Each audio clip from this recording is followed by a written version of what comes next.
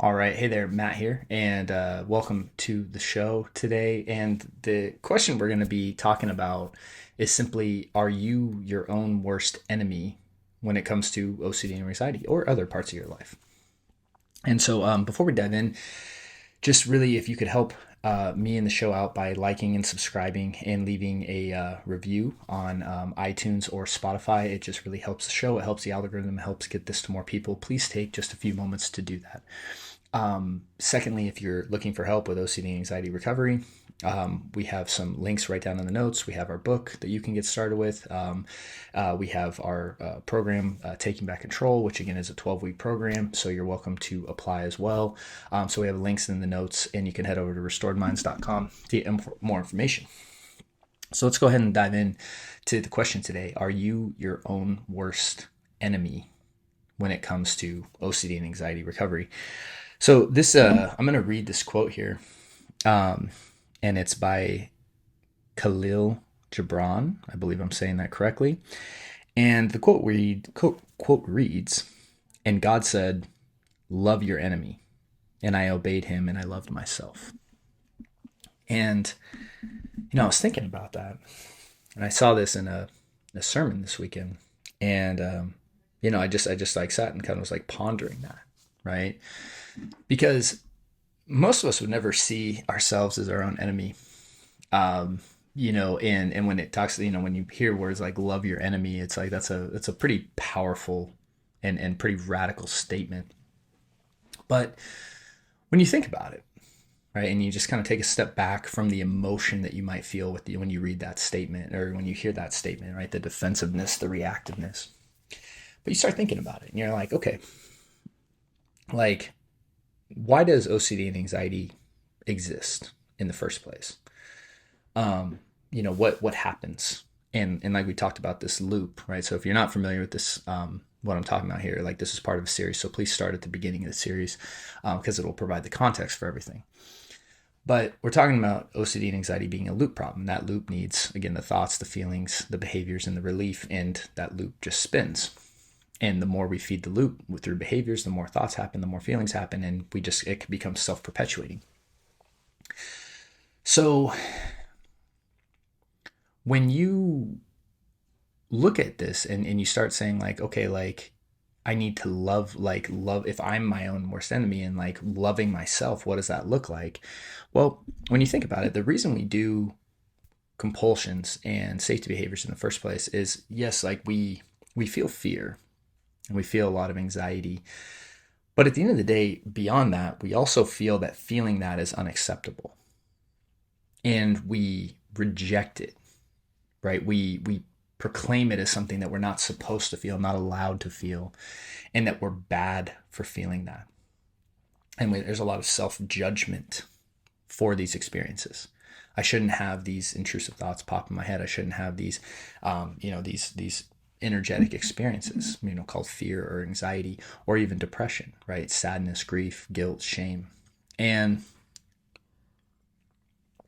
when you understand that actually these are actually normal experiences, and it's our resistance to them that causes us to then engage in behaviors to try to get rid of them. And then we have this picture of us that says, I'm only acceptable without these experiences, and therefore I'm trying to put all this energy and effort to change myself to where I'm acceptable. Well, then you being your worst enemy makes a lot of sense if you think about it, because you're the one that's judging yourself. You're the one who's condemning yourself. You're the one that's saying you're not acceptable the way you are, that you have to be different, that you have to change, that these need to go away for you to be okay. And this message may sting a little bit, but when you are able to accept that in some degree, you're the one condemning yourself for these experiences that are often out of your control, and often, like I said, normal experiences, then you can begin to love yourself, right?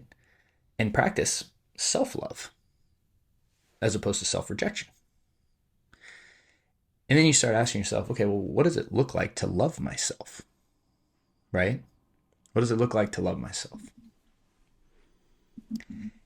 What does it look like to live from a place of love or trust, right? Like some higher states that we can live from.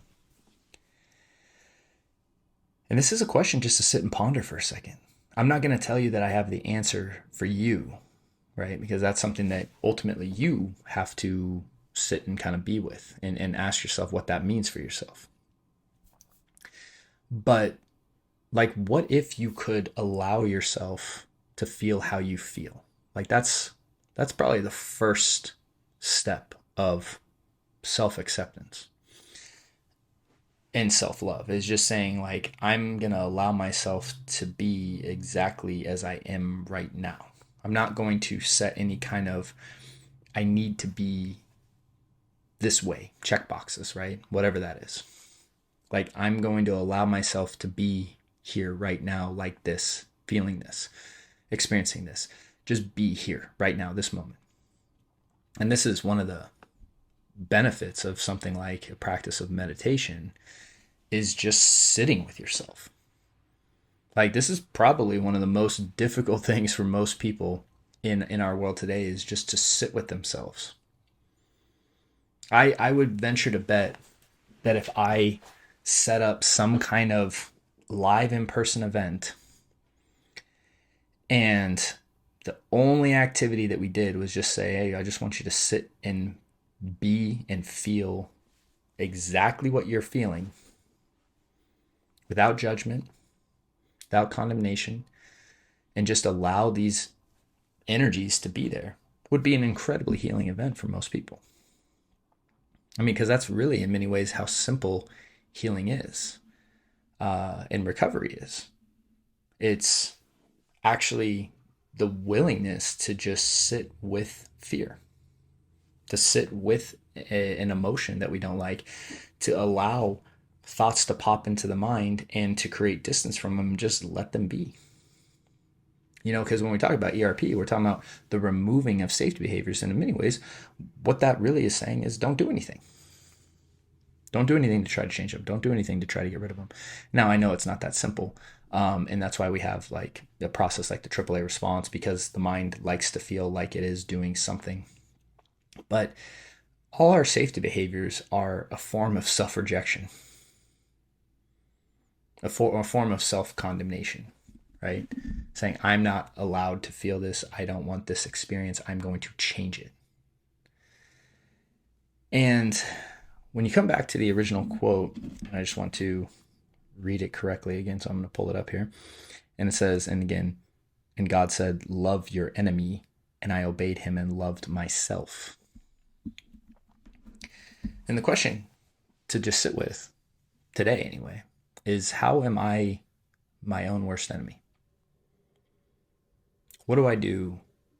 Like if my friend was if my best friend, if my spouse or my child, right? You think of someone who you love like unconditionally, right? Which again, even as humans, there's very, very few of us can achieve a state of unconditional love. But I mean, like when you think of this idea of unconditional love, and you think of someone that you love, like in the depth of your heart, right?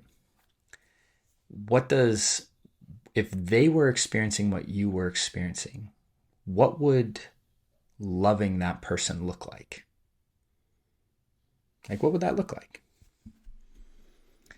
And then see if you can start and see the difference of how you would behave towards them, how you behave towards yourself, and then see if you can start to bridge those two closer. I'm not saying go be perfect, right? Perfection's not an act of self-love. Perfection leaves no room for failure, which is something that's just inevitably going to happen. It's just like, how can I start to move closer to that with myself? That's it. It's a simple message for today. How can I just start to move more, to be more loving towards myself? And again, a lot of times it's these simple tweaks, right, on the journey that can really be pretty profound. Because if you're looking at yourself as this person that needs to be fixed so you can be acceptable, so you can live your life, realize the condemnation you're sending your own way, you know? And step back from that from a second and say, hey, how could I be more loving? What does that look like? And just kind of sit with that and start to take steps in that direction. So again, I hope this was helpful today. I hope you're able to take from it and implement some kind of positive change in your life today. And with that said, like I said, if you're looking for help and support and guidance, we have some links down in the notes. Please check those out. You can also head over to Restored Minds. And again, like I said, please help us out by liking, subscribing, and leaving a nice review. So thank you. Wish you a great day, and I'll talk to you soon. Hey there. So if you enjoyed that video, we've linked up a few more videos that we think you'd find helpful as well. And if you have found this helpful, we'd really appreciate your support by liking and subscribing. And if you're looking for help and guidance, please check out restoredminds.com, as we have several options for you to get started. See you guys soon.